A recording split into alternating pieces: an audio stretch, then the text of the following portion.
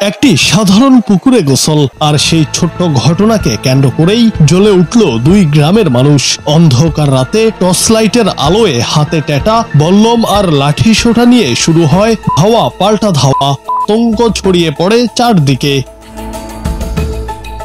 ব্রাহ্মণবাড়িয়ার সরাইল উপজেলায় পুকুরে গোসল করা নিয়ে বিরোধের জেরে রাতের আধারে টর্চ লাইটের আলো জ্বালিয়ে ছোট দেওয়ানপাড়া ও হাওলাপাড়া গ্রামের মধ্যে এই সংঘর্ষের ঘটনা ঘটে। এতে উভয় পক্ষের অন্তত ৩০ জন আহত হন।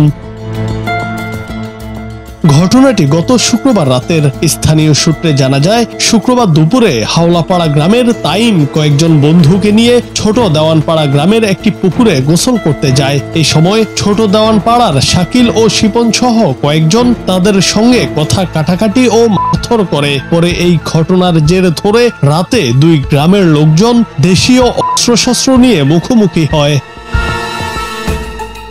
রাতের আধারে টর্চ লাইটের আলো জ্বালিয়ে উভয় পক্ষ একে অপরের উপর হামলা চালায়। এ সময় ধাওয়া পাল্টা ধাওয়া ও ইট পাটকেল নিক্ষেপে কোনো ক্ষেত্রে রূপ নেয় পুরো এলাকা। সংঘর্ষ চলাকালে এলাকায় আতঙ্ক ছড়িয়ে পড়লে বন্ধ হয়ে যায় দোকানপাট ও চলাচল। সরাইল উপজেলা নির্বাহী কর্মকর্তা মোশাররফ হোসেন জানান, আইন শৃঙ্খলা বাহিনীর প্রায় ১ ঘন্টার চেষ্টায় পরিস্থিতি নিয়ন্ত্রণে আসে। পুনরায় সংঘর্ষ যেন না ঘটে সেজন্য অতিরিক্ত পুলিশ মোতায়েন করা হয়েছে।